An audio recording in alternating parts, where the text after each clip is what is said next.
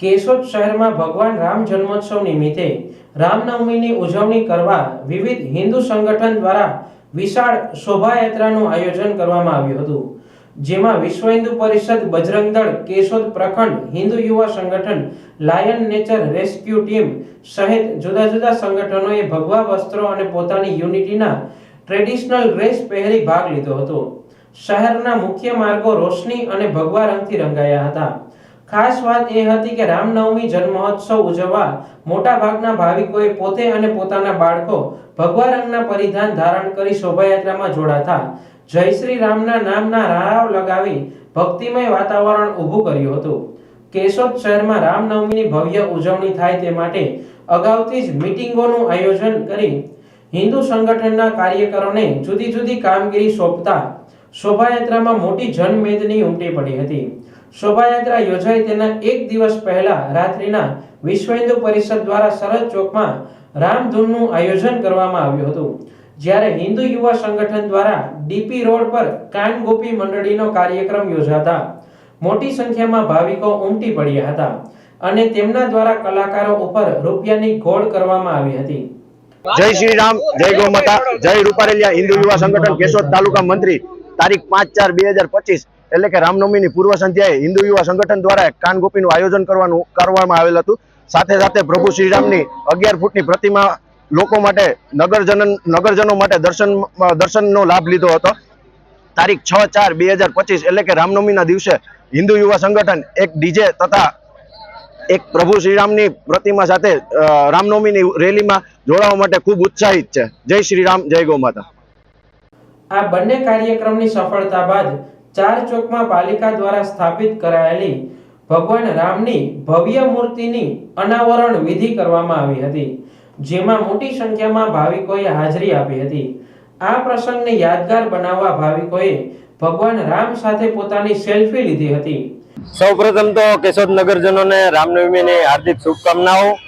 સાથોસાથ આજરોજ કેશોદ ચાર ચોક ખાતે ભગવાન શ્રી રામની પ્રતિમાનું અનાવરણ માનનીય ધારાસભ્ય શ્રી દેવાભાઈ માલમ, પંચારાના સ્વામી શ્રી તથા સૌ સનાતની હિન્દુ ભાઈઓ તથા બહેનોની હાજરીમાં કરેલું છે અને બપોર પછી વિશ્વ હિન્દુ પરિષદ અને બજરંગ દળ દ્વારા ભવ્યથી ભવ્ય શોભાયાત્રાનું આયોજન છે, તેમાં પણ સર્વ નગરજનો જોડાય મારી અપીલ છે અને સાથે ફરીવાર રામનવમીની બહુ શુભકામનાઓ।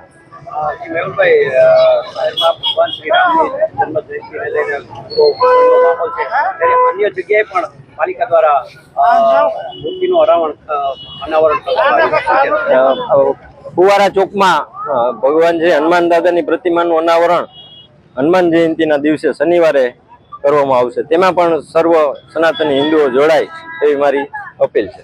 જ્યારે બપોરના સમયે ભગવાન રામજનનો જન્મ થતા રામ મંદિર સહિત અનેક મંદિરોમાં હોમ હવન, મહાઆરતી સહિત ધાર્મિક કાર્યક્રમો યોજી રામ જન્મોત્સવની ઉત્સાહપૂર્વક ઉજવણી કરવામાં આવી હતી।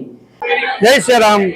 મારું નામ ઉદયભાઈ ભટ્ટ છે, રામજી મંદિરના પૂજારી છું અને આજે સવારના 5 વાગ્યાથી વહેલી સવારે ભગવાનના દર્શન ખુલેલા છે અને આજે અહીં રામજી મંદિરે ભવ્ય આરતીનું આયોજન કરેલું છે। એક પશ્ચિમ યજ્ઞનું આયોજન પણ કરવામાં આવેલ છે અને અહીંયા આજે બપોરે 12 વાગે મહાઆરતીમાં હજારો સંખ્યામાં ભક્તોએ આરતીનો લાભ લીધેલો છે। જય શ્રી રામ। બાદ સાંજના સમયે યોજાયેલી શોભાયાત્રા માંગરોળ રોડથી પ્રસ્થાન થઈ આંબાવાડી, અમૃતનગર, બસ સ્ટેશન રોડ, ચાર ચોક થઈ સરહદ ચોકમાં પરત ફરી હતી। આ રેલીમાં ભારત વિકાસ પરિષદ, લેવા પટેલ સમાજ, દશનામ ગોસ્વામી સમાજ, લેવા પટેલ મહિલા મંડળ, હરેરામ ચેરિટેબલ ટ્રસ્ટ, આસ્થા વિકલાંગ ચેરિટેબલ ટ્રસ્ટ, હિન્દુ કોળી સમાજ, દુર્ગા વાહિની માતૃશક્તિ, સમસ્ત હિન્દુ લોહાર સમાજ, સોરઠિયા પ્રજાપતિ જ્ઞાતિ સમાજ, રામાનંદીય જ્ઞાતિ મહિલા મંડળ, ભોઈ સમાજ, દેવી પૂજક સમાજ, ગુર્જર ક્ષત્રિય કડિયા સમાજ સહિત જુદી જુદી સંસ્થાઓના ફ્લોટ ભાવિકો આકર્ષણનું કેન્દ્ર બન્યા હતા। આ શોભાયાત્રા રૂટ પર જુદા જુદા ગ્રુપ, સામાજિક સંસ્થાઓ, વેપારીઓ દ્વારા શોભાયાત્રામાં જોડાયેલા ભાવિકો માટે પ્રસાદ, ઠંડા પીણા અને નાસ્તા માટે સ્ટોલ ઊભા કરવામાં આવ્યા હતા। એવી જ રીતે આ શોભાયાત્રામાં કોમી એકતા અને ભાઈચારાના દર્શન થતા જોવા મળ્યા હતા, જેમાં સમસ્ત મુસ્લિમ સમાજે રથયાત્રાનું સ્વાગત કરી પાણીના સ્ટોલ મારફતે ભાવિકોને ઠંડા પાણીની બોટલનું વિતરણ કર્યું હતું. આ શોભાયાત્રા પ્રસ્થાન સમયે કેબિનેટ મંત્રી કુંવરજીભાઈ બાવળિયા ખાસ ઉપસ્થિત રહ્યા હતા. જ્યારે શોભાયાત્રા દરમિયાન ધારાસભ્ય દેવાભાઈ માલમ, જિલ્લા ભાજપ સંગઠન પ્રમુખ ચંદુભાઈ મકવાણા સહિતનો તાલુકા અને શહેરનો હિન્દુ સમાજ જોડાયો હતો. ચૈત્ર સુદ અને ગૌર એટલે રામનવમી. અમારે તે હિન્દુ સમાજ આ દિવસને રામ ભગવાનના જન્મદિવસ તરીકે ખૂબ સારી રીતે સારાએ ગુજરાત તો ખરું જ પણ સારા દેશની અંદર અને વિશ્વની અંદર પણ આજનો દિવસ ખૂબ ધામધૂમથી ઉજવે છે.